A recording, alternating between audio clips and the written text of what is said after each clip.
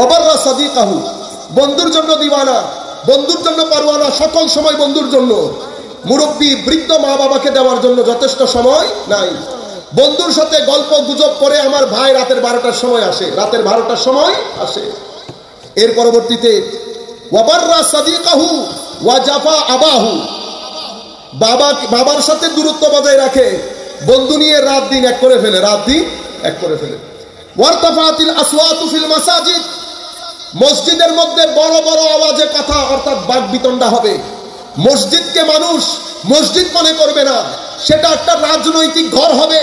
যার যেমন খুশি, এটা যে আল্লাহর ঘর, আমি যে মালিকের ঘরে এসেছি, এখানে যে আমি মালিকের স্মরণে এসেছি, মালিকের ইবাদতে এসেছি, এই বোধ শক্তি মানুষ থেকে চলে যাবে। মানুষ যার যা মন চায় যেখান থেকে হোক মানুষ দাঁড়িয়ে অনেক সময় হয়ে যাবে ইমামকেও কথা বলতে দেয় না। কেন? সামাজিকভাবে আমি আমাদের মুয়াজ্জিনকে একটা কঠিন জিনিস শিখিয়েছি, কঠিন। আজকে বলি, মুয়াজ্জিন সাহেবকে বলেছি আমাদের মসজিদের মধ্যে, কারণ অভিযোগ ছিল তার সাথে বেয়াদবি করা হয়েছে। আমি বলেছি তোমার যেহেতু শক্তি নাই, তুমি বেয়াদবির কোনো জবাব দিতে পারবে না, শক্তি নাই, না ফাইন্যান্সিয়ালি না ফিজিক্যালি। কিন্তু সেই ব্যক্তি মারা গেলে তাকে ধুয়ানোর জন্য তোমার কাছে আসবে, যেহেতু তুমি মৃত ব্যক্তির লাশ ধৌত করো, তার ছেলেও ধুইবে না, তার আত্মীয় স্বজনও ধুইতে আসবে না।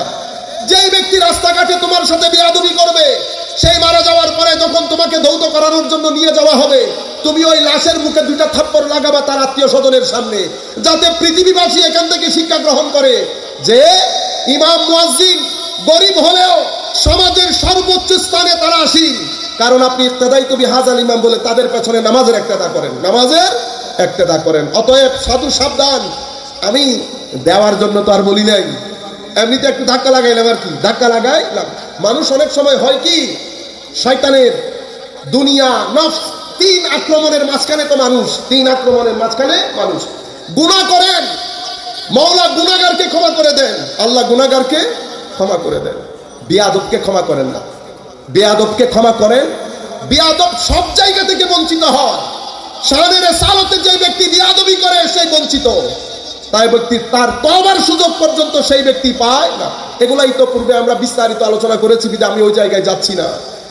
আহলে বাইত রাসূলের শানে, সাহাবায়ে কেরামের শানে, মা বাবার শানে, এলাকার বড় মুরব্বিদের শানে, মসজিদের ইমাম মুয়াজ্জিনের শানে আপনার যখন এই বেয়াদবি হবে, মনে রাখবেন সকল সময় পাপী তাপী আসামি মাপ পেয়ে যায়, আটকে যায় বেয়াদব, আটকে যায় বেয়াদব। কাজেই বেয়াদবি হয় এমন কোনো কাজ আমরা করব না। তো আমি আপনাদেরকে বলতে চাচ্ছিলাম ওয়ারতাফাতিল আসওয়াতু ফিল মাসাজিদ। এখন চিন্তা করে দেখেন তো আমার মাধ্যমে আমি মসজিদে বড় আওয়াজে কথা বলেছি কিনা। যদি বড় আওয়াজে কথা বলে থাকেন, আজকের পর থেকে বড় আওয়াজে কথা বলবেন না। কেন? কারণ আমার নবী বলেছেন বালা মুসিবত পিছন ছাড়বে না। এর পরবর্তীতে ওয়াকানা যাইমুল কওম আরজালাহুম, সমাজের নেতৃস্থানীয় লোকগুলা সমাজের সবচেয়ে খারাপ মানুষ হবে। সমাজের নেতৃস্থানীয় লোক সমাজের সবচেয়ে যোগ্যতার আসনে তারাই বসে থাকবে, তারা যারা সেই সমাজের সবচেয়ে খারাপ লোক। এর পরবর্তীতে ওয়া উকরিমার রাজুলু মাখাফাতা শাররিহি, মানুষকে সম্মান করা হবে তার অনিষ্ট থেকে বাঁচার জন্য, তার থ্রেট থেকে বাঁচার জন্য। পুলিশের কাছে গিয়ে, থানার কাছে গিয়ে, রাজনৈতিক নেতৃবৃন্দের কাছে গিয়ে কোন দিকে অভিযোগ করে কোথায় আটকে ফেলে, এই আটকানোর ভয়ে মানুষকে কি করা হবে? সম্মান করা হবে। ওয়াশুরিবাতিল খুমুর, রাস্তাঘাট ঘর বাড়িতে শরাব পান, মদ্যপান করা যখন একেবারে সাধারণ ব্যাপার হয়ে যাবে, মানুষ এটাতে লজ্জাবোধ করবে না। এর পরবর্তীতে ওয়ালুবিসাল হারির ওয়াত্তাখাযাত আল কায়নাত ওয়াল বাআজিক, এর পরবর্তীতে সাংস্কৃতিক অনুষ্ঠানের নাম দিয়ে গান বাজনা, অশ্লীলতা, বেহায়াপনার বাজার যখন গরম হবে, আমার নবী বলেছেন আখেরি কথা, ওয়ালা আনা আখিরু হাযিহিল উম্মতে আউয়ালুহা আউয়ালাহা, যখন পরবর্তী পর্যায়ে আসা উম্মত পূর্ববর্তী উম্মতদেরকে গালিগালাজ করবে। করে না এখন? ইমামে আজমকে হাদিস জানতেন, আবু হানিফা সাহেবকে হাদিস জানতেন, কে বলে এখন? আমাদের লোকজন, আমাদের লোকজন। সম্মানিত ভাইরা, আমার নবী বলেছেন এই 15টা কাজ যখন কোন সমাজের মধ্যে ঘটবে, হায় হায় ফালিয়ারতাকিবু ইনদা যালিকা রিহান হামরা ওয়া খাসফা ওয়া মাসখা, যখন এই ঘটনা ঘটবে, অগ্নিবায়ু, ভূমিধস এবং এমন এমন মহামারী তোমার সমাজের মধ্যে দেখা দেবে যা ইতোপূর্বে পৃথিবীর মানুষ দেখে নাই। এই 15টা কাজ আমার নবী বলে গেছেন, এগুলা করলে বালা মুসিবত আপনার পেছন ছাড়বে না।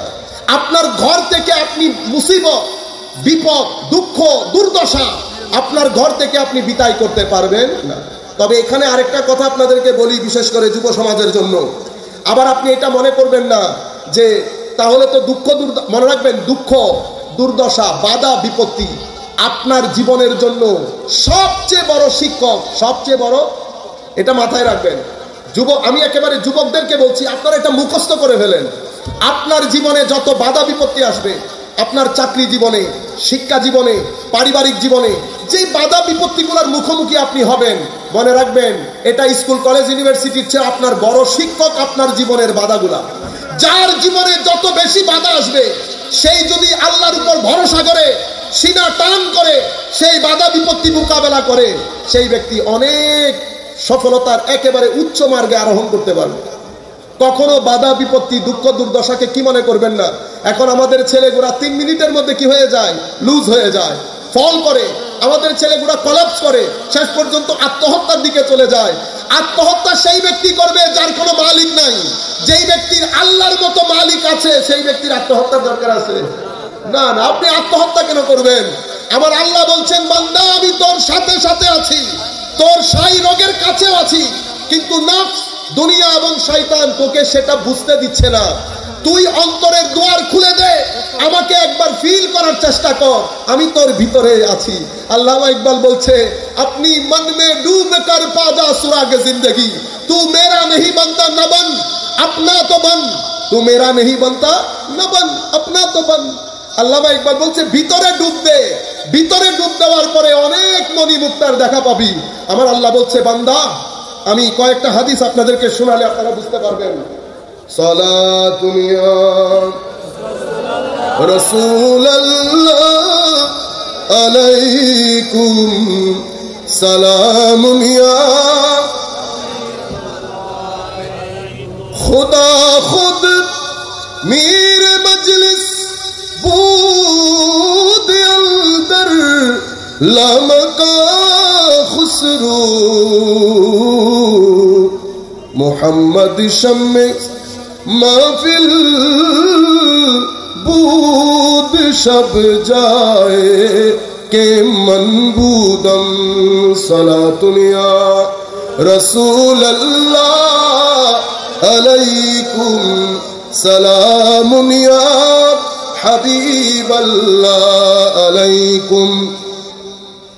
আপনার জীবনে ডিপ্রেশন আসার কোনো সুযোগ নাই। কেন? আমার একজন মালিক আছেন, আমি কেন ডিপ্রেসড হব? হযরত আবু হুরায়রা থেকে বর্ণিত, উনি বলছেন, ইন্নাল্লাহ তাআলা ইয়াকুল, রাসূল কারীম সাল্লাল্লাহু আলাইহি ওয়াসাল্লাম ইরশাদ করেছেন, আল্লাহ বলছেন, এখন আমার মালিক আমার সাথে কথা বলছেন। এটা আপনারা ফিল করেন, আমার মালিক আমার সাথে কথা বলছেন। কি বলছেন? ইয়া ইবনে আদম, আমার আল্লাহ আমাকে বলছেন, এ বনি আদম। আপনারা ফিল করেন জিনিসটা। আপনি যদি ফিল করেন, আপনি আওয়াজ শুনতে পাবেন, ইয়া ইবনে আদম, লিসেন, বলো না, শোনো আমি কি বলছি, শোনো। কি বলে?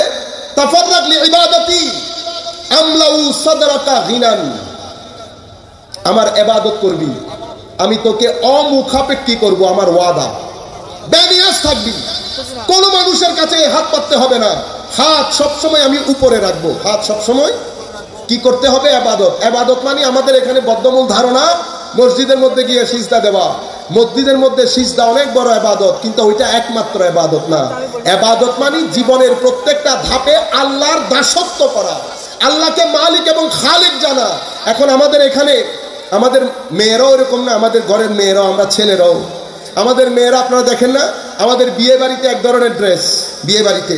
আবার আমরা যখন অন্য জায়গায় যাই, আমরা বুঝতে মুশকিল হয়ে যায়, আমাদের জিন্দেগির মধ্যে নেফাকত চলে এসেছে। আমরা এক এক জায়গায় এক এক ধরনের, এক এক জায়গায় আমরা যখন মাহফিলে আসি, টুপি টাপি দিয়ে সুন্দর করে বসি, একই মানুষ যখন অন্য স্টেজের মধ্যে যায়, দুই চেহারার মধ্যে মিল খুঁজে পাওয়া যায় না। অথচ মুসলমান সেরকম হওয়ার কথা ছিল না। মুসলমান এক রঙের হবে, দুই রঙের মুসলমান হবে কেমনে? দুই রঙের হওয়া মুনাফিকদের আলামত। এজন্য বলে না, পাকিস্তানি এক কবি বলছেন, দো রঙ্গি ছোড় দে এক রং হো যা। দুই রং ছেড়ে দেন, এক রঙের হন। যেখানেই যাব এটাই আমার পরিচিতি, এটাই আমার আইডেন্টিটি, এটাই আমার শানাখ। আমাদের মা বোনদেরকেও বলছি, আমরা একবার চিন্তা করে দেখি। মনে রাখবেন, আমাদের ভিতরে শয়তান ঢুকে, আমাদের ভিতরে শয়তান ঢুকে, ছেলেদের ভিতরে শয়তান ঢুকে চোখের মাধ্যমে, মেয়েদের ভিতরে শয়তান ঢুকে ড্রেস আপের মাধ্যমে। মাথায় রাখবেন, আমাদের ছেলেদের মধ্যে শয়তান ভর করে, অতঃপর শয়তান আমাদেরকে কাবু করে ফেলে কিসের মাধ্যমে? চোখের মাধ্যমে। সেই কারণে আল্লাহ মেয়েদেরকে কাপড় পরানো শিকার আগে ছেলেদেরকে দৃষ্টি নিচে রাখতে বলেছেন, আমাদেরকে আমাদের চোখ নিচে রাখতে বলেছেন। আর মেয়েদেরকে বলেছেন চোখও নিচে রাখবে, আবার কাপড়ও পরবে। আচ্ছা, কেন বলেছেন জানেন? কেন বললেন? বলেছেন এই কারণে, মওলাই করিম আমাদের ভিতরে এক, আমি বলেছি না, অসীম শক্তি, আরেকটা আবার স্টিং দিয়েছেন, স্টিংক্ট, অদ্ভুত একটা শক্তি দিয়েছেন। সেটা কাবু করা দায়, সেটা কাবু করা দায়। সেটা নাফা বানতে হয়। কি বানতে হয়? নাফা। 2-4টা রশি দিয়ে সেটাকে কাবু করতে হয়। সেই কাবু করার জন্য আমার আল্লাহ বলেছেন দৃষ্টি নিচে রাখবি। মেয়েদেরকে বলেছে পর্দা করবে। মেয়েরা যদি পর্দা না করে, ছেলেরা যদি দৃষ্টি নিচে না রাখে, তাইলে এই যেই শক্তিকে কাবু করা যায় না, এই শক্তি যদি রংলি ইউজ হয়, তো সমাজের মধ্যে বিশৃঙ্খলা হবে, সমাজের মধ্যে অসামাজিক কার্যকলাপ বেড়ে যাবে। আমাদের যে নসবনামা, সেই নসবনামা পবিত্র রাখা যাবে না। সেই কারণে পশ্চিমার সমাজ আর মুসলমানের সমাজের মধ্যে ফারাক হচ্ছে। পশ্চিমার সমাজ বলছে যা মন চাই করে নাও, যা মন চাই করে নাও। কেন? কারণ এই শক্তি কাবু করার মতো না। সুতরাং এখানে কোনো ক্যাপস লক নাই, চেক এন্ড ব্যালেন্স নাই, তোমার মতো করে তুমি ভোগ করে নাও। আমার মুসলিম সমাজ কমপ্লিটলি ভিন্ন। আজকে আপনি মুসলিম সমাজকে নিয়ে সমালোচনা করেন, মাঝে মধ্যে অন্তর ভিতর থেকে বের হয়ে আসে। আমার নবী যেই নিজাম আপনাকে দিচ্ছেন, আল্লাহ যেহেতু আমাকে বানিয়েছেন, আল্লাহ জানতেন না আপনাকে কি শক্তি দিয়ে আল্লাহ পৃথিবীতে পাঠিয়েছেন। সেই কারণে নবী করিম সাল্লাল্লাহু আলাইহি ওয়াসাল্লামের মাধ্যমে এই বিষয়ে পৃথিবীর একমাত্র সমাধান আমাদের কাছে আছে। পৃথিবীর কাছে রেপের কোনো সমাধান নাই, পৃথিবীর কাছে অসামাজিক এই ধরনের কার্যকলাপের কোনো সমাধান নাই, পৃথিবীর কাছে নসব, বংশক্রম এবং রক্ত এক রাখার, পবিত্র রাখার কোনো সলিউশন পৃথিবীর কাছে নাই। আমার কাছে আছে। আমার আল্লাহ বলেছেন, হে পুরুষ দৃষ্টি নিচে রাখবি, হে মেয়ে তোমরা তোমাদের শরীর ঢেকে রাখবা, যেটাকে আমরা পর্দা বলি।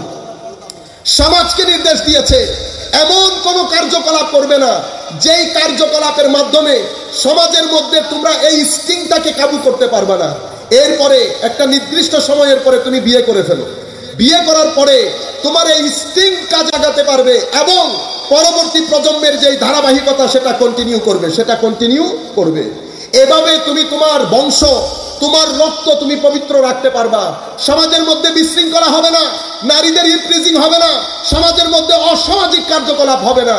এরকমই হয়েছে আজকের দিন পর্যন্ত মুসলমানের সমাজে। যতদিন পর্যন্ত আমরা এই বিষয়গুলো বাস্তবায়ন করতে পেরেছি, অসামাজিক কার্যকলাপ এখানে হয় না। আপনি যদি পশ্চিমা বিশ্বে যান, যারা এটাকে চেক এন্ড ব্যালেন্স, তারা জানেও না এটাকে চেক এন্ড ব্যালেন্স কেমনে করতে হবে। বলেছে যা মন চাই করো। যা মন চাই যখন করতে দিয়েছে, সমাজের মধ্যে 20-30 ধরনের ক্রাইম বেড়ে গেছে, যেই ক্রাইমের কোনো সলিউশন কারে হাতে নাই। আমাদের মেয়েদের উপর অত্যাচার বেড়ে গেছে, মেয়েদের উপর নিপীড়ন বেড়ে গেছে, মেয়েদের উপর রেপিং বেড়ে গেছে, ইফটিজিং বেড়ে গেছে, এই ধরনের আরো অনেক কিছু বেড়ে গেছে। বিয়ে প্রথা বন্ধ হয়ে গেছে, বিয়ে প্রথা বন্ধ হয়ে গেছে। আপনি বুঝতে পারছেন? এই কারণে আমাদের মেয়েদের, আমাদের মাদেরকেও চিন্তা করতে হবে। আমরা যেই জায়গায় পা দিচ্ছি সেটা শান্তির জায়গা না, সেটা সুখের জায়গা না। আমি দুনিয়া আখিরাত, আমি আখিরাতের কথা আপনাদেরকে বলছি না, আখিরাতের কথা আমি বলছি না, আমি দুনিয়ার কথা বলছি। আপনারা জানেন আমাদের এখানে অতিমাত্রায় তালাক বেড়ে গেছে। আমরা যদি এই রোগগুলা চিহ্নিত না করি, আমরা যদি এই রোগগুলা শুধরানোর জন্য, এগুলার জন্য আমরা কাজ না করি, তো আমাদের রাষ্ট্রযন্ত্র কি এগুলা বলতে আসবে? আপনাকে বলতে আসবে না। এটা রাষ্ট্রযন্ত্রের কাজ না। আমরা যারা তরবিয়তের কথা বলি, আমরা যারা মানুষকে দিন ধর্মের কথা বলি, আমরা সামগ্রিকভাবে একটা উদ্যোগ নিতে হবে। আমরা বুঝতে হবে কোনটা ভালো কোনটা মন্দ। আমরা নিজেদের পরিবারগুলোকে ধ্বংস করে দিচ্ছি। আমাদের মারা বাবারা মিলে আমরা বুঝতে পারছি না। আমার নবীর নিজামকে আপনি বৃদ্ধাঙ্গুলি প্রদর্শন করে আপনার মনে হয় আপনি ঘরের মধ্যে শান্তি পাবেন না। প্রত্যেককে আলাদা আলাদা পর্দা দেওয়া হয়েছে। আমার জন্য পর্দার ব্যবস্থা করা হয়েছে, আমাকে বলা হয়েছে দৃষ্টি অবনত রাখতে। আবার ওই জায়গার মধ্যে তাদের সৃষ্টি অনুযায়ী মাওলাই করিম তাদেরকে একটা স্পেশাল ড্রেস কোড দিয়েছেন, আমাকে একটা ড্রেস কোড দিয়েছেন, according to their lifestyle, according to my lifestyle, according to their physical condition, according to my physical condition. Dress code আলাদা আলাদা করে দেওয়া হয়েছে। এটা কাউকে উপরে কাউকে নিচে করার জন্য না। আর আমাদের লোকজন হাই খোদা দাম দেওয়া হয় নাই। আরে ভাই, মাদ্রাসার ছাত্ররা এই বিষয়টা খুব ভালো বুঝবেন। আরবির মধ্যে আমরা স্ত্রীর জন্য জাউজাতুন একটা শব্দ ব্যবহার করি, ঠিক না? জাউজাতুন মানে স্ত্রী, কিন্তু পবিত্র কোরআনে স্ত্রী বোঝানোর জন্য জাউজাতুন শব্দটি ব্যবহার করা হয় নাই। মোস্টলি কি ব্যবহার করা হয়েছে? জাউজুন।